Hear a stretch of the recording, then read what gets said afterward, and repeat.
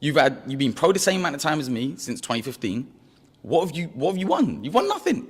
All that backing, all that sponsorships pumped into you, having a famous dad who you could say is borderline racist, backing you, and you've gone nowhere.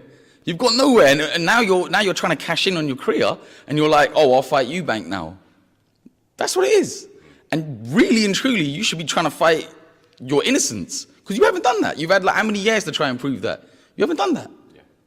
And if you did fight me, I wouldn't mind you being on the eggs, because I'd still knock you out.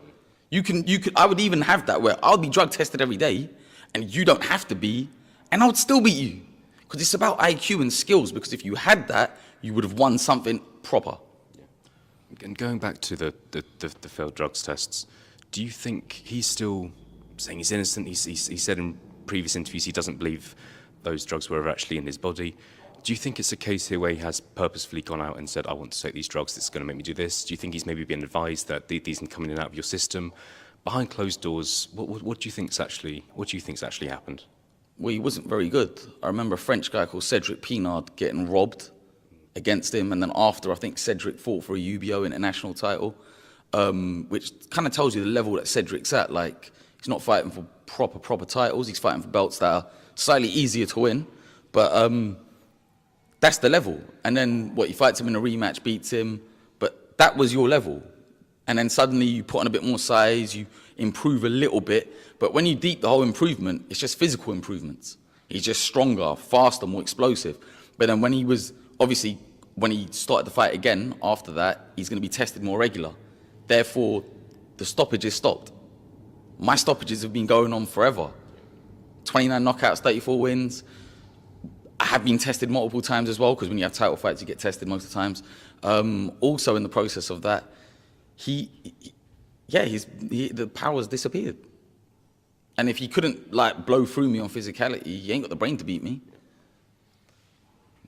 That's the purpose of me fighting for an IBF title in my next fight, because you're number 3, I'm gonna be in top 15.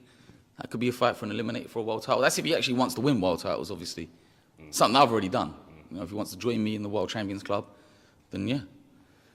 So when you win your next fight, and you do post-fight interviews, you're posting on social media, is he going to be the name coming out of your mouth? One of the names. I like how you say when you win, because you feel the energy, you know the capability, you feel the greatness.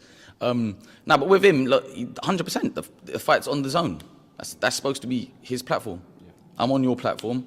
We'll see how many views I get, which I think are going to be a lot of views anyway, because when I fought in the UK on the Boxing King media show, we nearly broke his stream. He actually told us it was struggling to hold the amount of views we were getting.